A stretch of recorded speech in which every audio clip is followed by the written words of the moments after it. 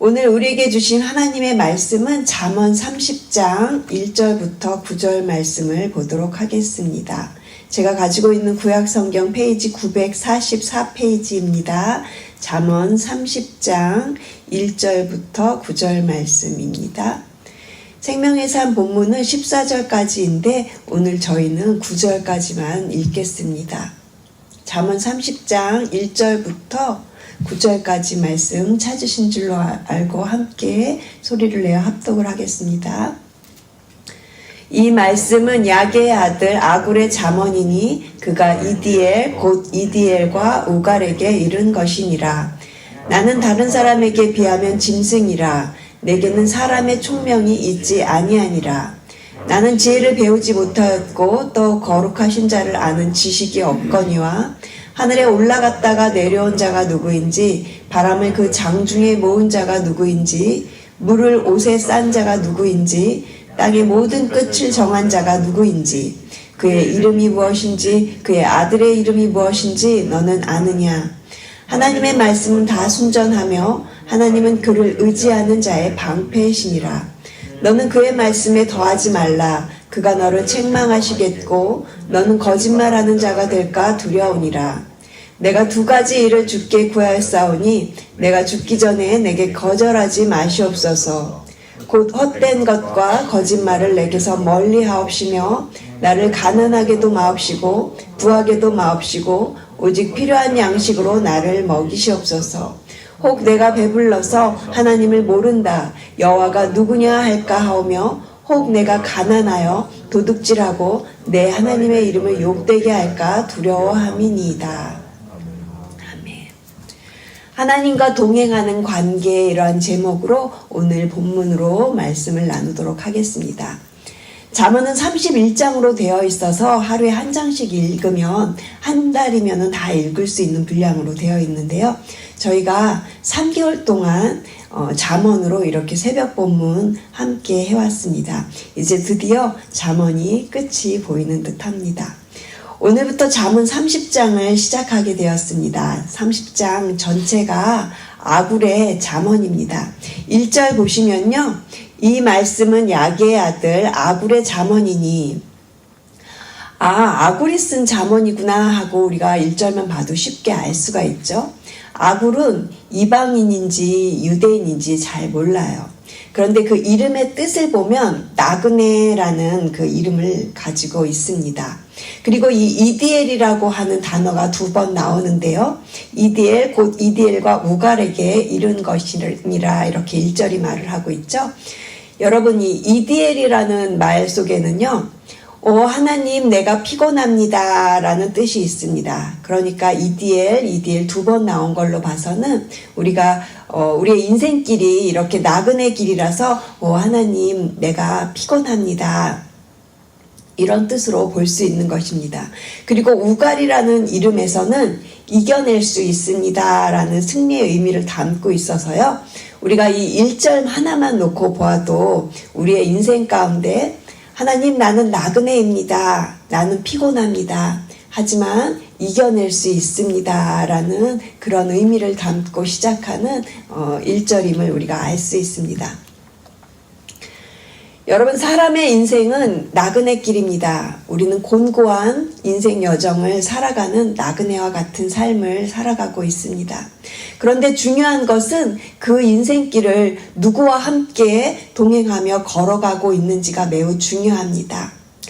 아무리 화려하고 아무리 멋진 꽃길 같은 그런 인생길을 간다고 해도 하나님과 함께하지 않는 그 길은 사망이요 생명이 없는 길이기 때문이죠. 우리의 인생길이 슬픔과 수고가 많은 나그네 길이라 할지라도 우리의 구주 되시고 우리의 생명 되신 하나님과 동행하면 그 길이 바로 구원의 길이요 생명의 길이므로 우리는 하나님과 바른 관계를 맺어가면서 하나님과 동행하는 관계로 나아가시는 여러분 되시기를 소망합니다. 그렇다면 오늘 설교의 결론부터 말씀을 드리자면 하나님과 동행하는 관계로 나아가려면 우리는 어떠한 삶으로 살아가야 하겠습니까? 첫 번째는 순전한 말씀에 순종의 삶으로 나아가십시오. 그리고 두 번째는 겸손한 기도로 자족의 삶을 살아가십시오. 이렇게 순종과 자족으로 하나님과 동행하는 관계로 나아가시는 여러분 되시기를 주님의 이름으로 축복합니다. 우리 2절과 3절을 같이 함께 읽겠습니다. 2절과 3절 말씀입니다. 나는 다른 사람에게 비하면 짐승이라. 내게는 사람의 총명이 있지 아니하니라. 나는 지혜를 배우지 못하였고 또 거룩하신 자를 아는 지식이 없거니와. 아굴은 평생 잠언을 연구해온 학자입니다. 잠언을 깊이 연구했던 그 학자의 삶을 살았던 이 아굴이 자신이 짐승과 같은 존재라고 그렇게 고백을 하고 있습니다. 하나님의 주권과 그 지혜 앞에 놓인 그런 인간의 자기 고백은 절망적일 수밖에 없는 것이죠. 욥기 42장에도 보면 욥은 자신의 지혜와 하나님의 지혜 사이에서 엄청난 차이가 있음을 깨닫고 자신의 미련함과 어리석음을 깨닫고 회개하는 그런 모습을 우리가 욥기에서도 찾아볼 수가 있습니다. 이처럼 인간의 지혜는 하나님을 인정하고 그 앞에서 겸손할 때 비로소 참 지혜를 깨닫게 되는 것입니다. 아굴은 먼저 자신이 무지하다고 그렇게 고백을 하면서 자기 스스로가 지혜가 없다, 나는 부족한 자다 이러한 고백을 하고 있습니다. 아굴은 지혜가 하나님으로부터 오는 것을 알았던 자입니다. 그래서 그는 3절에 거룩하신 자를 아는 지식이 없다 이렇게 고백을 하였던 것이죠. 아굴은 잠언의 그 1장 7절 말씀대로 이 잠언이 여호와를 아는 것이 지식의 근본이라는 것을 잠언을 통해서 깨달았던 사람입니다. 그럼에도 불구하고 아굴은 자기 자신에게 이러한 참 지혜가 없다라고 고백을 하고 있습니다. 한국 속담 중에 벼이삭이 익을수록 고개를 숙인다라는 말이 있죠. 잠언을 평생도록 연구했던 이 아굴이 깨달았던 것은 평생의 연구와 노력으로도 이 거룩하신 하나님을 아는 참 지식을 깨우치지 못하겠다 이렇게 고백하는 겸손한 자세인 것입니다. 그래서 아굴은 계속해서 4절에 하나님이 어떤 분이신지를 지금 말하기 시작하는데요. 우리 함께 4절을 읽겠습니다. 하늘에 올라갔다가 내려온 자가 누구인지, 바람을 그 장중에 모은 자가 누구인지, 물을 옷에 싼 자가 누구인지, 땅의 모든 끝을 정한 자가 누구인지, 그의 이름이 무엇인지, 그의 아들의 이름이 무엇인지 너는 아느냐? 하늘에 올라갔다가 내려온 자가 누구인지 하고 묻지요. 신명기 30장 12절에 보면 하늘에 있는 것이 아니니 내가 이르기를 누가 우리를 위하여 하늘에 올라가 그의 명령을 우리에게로 가지고 와서 우리에게 들려 행하게 하랴 할 것이 아니요 라는 질문에서 알 수 있는 것처럼요. 하늘과 땅은 각자 다른 세계이기 때문에 서로 넘나들 수 없는 것입니다. 하늘과 땅의 간격을 확인시켜주는 질문이라고 볼 수 있습니다. 계속해서 4절 보시면요. 바람을 그 장중에 모은 자가 누구인지 하고 묻습니다. 이 장중이라는 말은요. 이 손바닥 안을 의미하는데요. 이것을 70인역에서 이 옷 안으로 번역을 하고 있습니다. 바람의 이 거주지가 하늘과 땅 사이에 궁창에 있고 이 바람은 실제로 우리가 느낄 수는 있어도 그것을 볼 수도 없고 만질 수도 없다라는 것을 표현하고 싶었던 것이죠.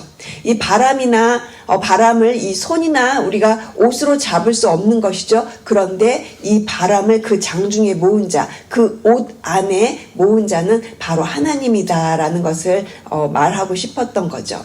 계속해서 이 물을 옷에 싼 자가 누구인지요 하고 묻습니다. 욥기 26장 8절에 의하면 물을 빽빽한 구름에 싸시는 그런 하나님이라는 표현이 나오는데요. 여기서 이 옷은요 바로 구름을 의미합니다. 그러니까 하나님만이 이 비를 이 구름으로 싸실 수 있으시다 이런 것을 말하고 싶은 거죠. 물을 옷에 싼 자, 비를 구름에 싸실 수 있는 자, 바로 하나님이시다, 이렇게 말을 하고 있는 것입니다. 또한 땅의 모든 끝을 정한 자가 누구인지요? 하고 묻습니다. 하나님은 이 땅의 경계를 정하실 뿐만 아니라 이 땅에서 일어나는 모든 것을 주관하시는 분이십니다.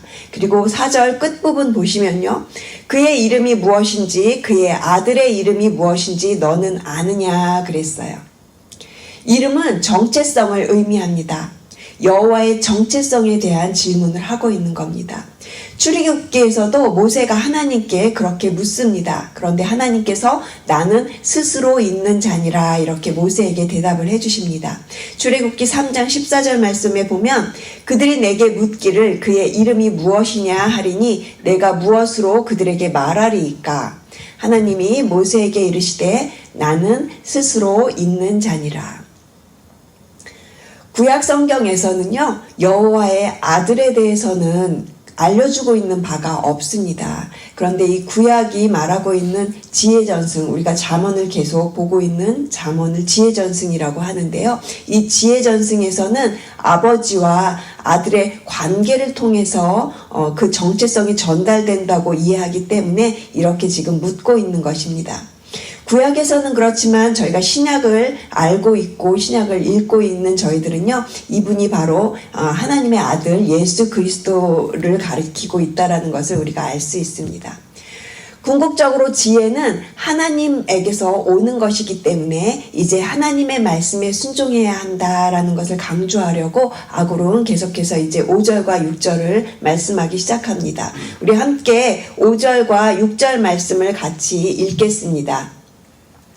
하나님의 말씀은 다 순전하며 하나님은 그를 의지하는 자의 방패시니라. 너는 그의 말씀에 더하지 말라. 그가 너를 책망하시겠고 너는 거짓말하는 자가 될까 두려우니라.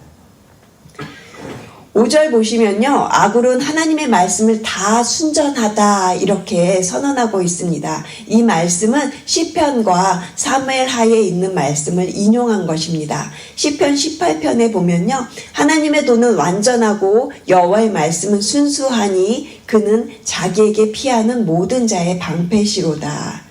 그리고 사무엘하 22장에도요 똑같이 나와요. 하나님의 도는 완전하고 여호와의 말씀은 진실하니 그는 자기에게 피하는 모든 자의 방패시로다. 순전하다의 뜻은 용광로를 통해서 정제된 찌꺼기나 불순물이 없는 그런 깨끗한 순수함을 말하고 있습니다. 순전하기 때문에 100% 하나님을 신뢰하고 의지할 수 있는 그러한 믿음을 말하는 것이죠. 이 순전하다라는 것은 거짓이 전혀 없다, 하나라도 틀린 것이 없다라고 그렇게 믿는 것입니다. 그래서 아굴은 하나님을 방패라고 그렇게 선언합니다. 이 방패는 보호를 해주는 무기죠. 그리고 하나님은요, 하나님을 의지하고 하나님을 피하는 자들에게 방패가 되어 주십니다. 그런데 여러분, 말씀을 떠나서는 하나님의 방패를 경험하실 수가 없어요. 하나님을 절대적으로 신뢰하고 하나님을 절대적으로 믿는 자들, 그리고 말씀에 피하는 자들에게 하나님께서는 그러한 자들의 방패가 되어 주십니다. 순전한 말씀을 통해 하나님의 방패 되심을 경험하시는 저와 여러분 되시기를 주님의 이름으로 축복합니다. 계속해서 6절 보시면요, 너는 그 말씀에 더하지 말라. 그가 너를 책망하시겠고 너는 거짓말하는 자가 될까 두려우니라. 주님의 말씀은 순전하기 때문에 거기에 무언가를 더하거나 빼게 되면요, 흠이 생기죠. 불순물이 생기고 또 말씀이 진리되지 못하고요. 그리고 하나님으로부터 책망을 받게 됩니다. 그리고 거짓말하는 자가 될 수 있기 때문에 이렇게 경고를 하고 있는 말씀입니다. 그래서 고린도전서 4장 6절에서도 사도 바울이 기록된 말씀 밖으로 넘어가지 말라고 이렇게 경고를 하고 있는 것입니다. 사랑하는 성도 여러분, 하나님의 말씀만이 진리이십니다. 그분의 말씀은 순전하기 때문에 그분의 말씀을 절대적으로 신뢰하는 사람들에게 하나님께서 말씀을 통해서 그들을 방패처럼 지켜주시고 우리를 그렇게 지켜주시고 계십니다. 하나님은 우리보다 크시기 때문에 때로는 그분의 말씀을 다 이해할 수 없습니다. 그래서요, 여러분, 말씀이 이해가 되지 않더라도 한번 계속해서 순종을 해보십시오. 순종을 하면 할수록요, 말씀이 더욱더 이해되고 또 말씀이 분명하게 다가옵니다. 그렇게 말씀에 순종하다 보면 정말 참으로 하나님의 가르침이 진리라는 것을 우리가 더욱 깨닫게 되는 것입니다. 그래서 여러분, 순종하는 것이 말씀을 이해하는 지름길이 됩니다. 순전한 말씀에 순종으로 나아가시는 저와 여러분 되시기를 주님의 이름으로 축복합니다. 하나님과 동행하는 관계로 나아가려면 첫 번째, 순전한 말씀에 순종의 삶으로 나아가십시오. 그리고 두 번째 우리가 알아야 할 것은 겸손한 기도로 자족의 삶을 살아가십시오. 이제 저희 7절부터 9절은 아굴의 기도입니다. 아굴은 두 가지 일을 하나님께 구하면서 죽기 전에 이루어달라고 간구합니다. 7절에 보시면 죽기 전에 라는 표현을 볼 때 아마도 아굴은 죽음을 앞둔 상황인 것으로 생각이 됩니다. 그러니까 잠언을 평생 연구하면서 지혜자로 살아왔던 이 아굴이 죽기 전에 이렇게 기도를 드리는 겁니다. 8절과 9절을 제가 읽겠습니다. 곧 헛된 것과 거짓말을 내게서 멀리 하옵시며 나를 가난하게도 마옵시고 부하게도 마옵시고 오직 필요한 양식으로 나를 먹이시옵소서. 혹 내가 배불러서 하나님을 모른다 여호와가 누구냐 할까 하며 혹 내가 가난하여 도둑질하고 내 하나님의 이름을 욕되게 할까 두려워함이니이다. 아굴은 하나님께 자족의 삶을 살게 해달라고 그렇게 기도합니다. 헛된 거짓말을 멀리하게 해달라고, 너무 가난하거나 부자가 되지 않기를 오직 필요한 양식만 달라고 그렇게 기도합니다. 이렇게 기도한 이유를 9절에서 말하고 있는데요. 아굴은 자기가 부자가 되면 마음의 간절함이 없어지고 스스로 교만해질까 하여 그래서 필요한 양식만 구했습니다. 또한 너무 가난하여 남의 것을 훔치는 그런 어떤 유혹에 빠져 하나님의 이름을 욕되게 할까 하여 필요한 양식만 구했습니다. 빌립보서 4장 12절에서 사도 바울은요, 나는 비천에 처할 줄도 알고 풍부에 처할 줄도 알아 모든 일 곧 배부름과 배고픔과 풍부와 궁핍에도 처할 줄 아는 일체의 비결을 배웠노라. 사도 바울이 그렇게 고백을 하고 있습니다. 사도 바울은 자족이 무엇인지 알았기 때문에 사도 바울이 이렇게 고백할 수 있었던 것은 하나님과의 관계에 있어서 깊은 확신이 있었기 때문에 이렇게 고백할 수 있었습니다. 오늘 본문에서도 아굴의 이 기도가 자신이 부자가 되거나 또는 가난하게 해달라는 그런 기도가 아닙니다. 이거보다 더 중요하게 강조하고 싶은 것이 바로 하나님과 관계, 하나님과의 관계가 가장 우선이 된다라는 것을 아굴이 말하고 싶었던 것입니다. 하나님과의 관계가 가장 중요하고 그 관계에 있어서 확신이 있어야 됩니다. 이것이 가장 우리에게 있어서 가장 기초적인 관계입니다. 아굴은 이러한 관계의 중요성을 강조하고 싶었던 것입니다. 사랑하는 성도 여러분, 순전한 말씀에 순종으로 나아가시며 또 각자에게 허락하신 자리에서 자족하시며 또 겸손한 기도로 나아가시며 그렇게 하나님과 동행하시며 날마다 하나님과 더욱더 깊은 관계로 나아가시는 여러분 되시기를 주님의 이름으로 축복합니다. 마지막으로 미가서 6장 8절 말씀을 읽고 설교를 끝맺겠습니다. 미가서 6장 8절 말씀은요. 사람아 주께서 선한 것이 무엇임을 내게 보이셨나니 여호와께서 내게 구하시는 것은 오직 정의를 행하며 인자를 사랑하며 겸손하게 너희 하나님과 함께 행하는 것이 아니냐. 하나님께서 우리에게 구하시는 것은 오직 한 가지입니다. 겸손하게 하나님과 함께 동행하는 것입니다. 미가서 말씀은 우리에게 오직 정의를 행하며 인자를 사랑하라고 그렇게 말하고 있습니다. 그런데 여러분, 이것은 우리에게서 나오는 것이 아닙니다. 우리가 할 수 있는 것이 아닙니다. 하나님의 의로움이 우리에게 있어야 합니다. 우리는 본래 하나님과 불의했던 죄인인 자들입니다. 오직 예수 그리스도만이 우리를 불의해서 의로운 관계로 회복시켜 주실 수 있습니다. 우리가 의롭게 된 것은 예수 그리스도를 믿음으로 그렇게 의롭게 된 것입니다. 믿음으로 예수 그리스도가 내 죄를 사하시고 그리고 십자가에서 피 흘려 죽으시고 믿음으로 우리의 그 불의한 관계가 다시금 의로운 관계로 회복되었다는 것을 믿는 것입니다. 우리는 의로운 존재가 아니지만 하나님께서 우리에게 믿음을 통하여서 예수 그리스도를 통하여서 우리에게 그 의로움을 부어주실 때 우리가 비로소 정의를 행하고 인자를 사랑하는 삶을 살아갈 수 있는 것입니다. 하나님의 그 의로우심이 저와 여러분 모두에게 부음받아 살아가시며 오늘도 이 순종과 자족으로 하나님과 동행하심으로 나아가시는 귀한 성도님들 한 분 한 분 되시기를 주님의 이름으로 축복합니다. 기도하시겠습니다. 하나님 감사합니다. 오늘 아굴의 잠언을 통해서 순전한 말씀에 순종하는 삶을 살기로 결단하며 나아갑니다. 우리에게 허락하신 삶의 자리에서 자족하며 겸손한 기도로 나아가는 저희들이 되기를 소망합니다. 순종과 자족으로 하나님과 동행하는 오늘 생명의 한날이 되게 하여 주시옵소서.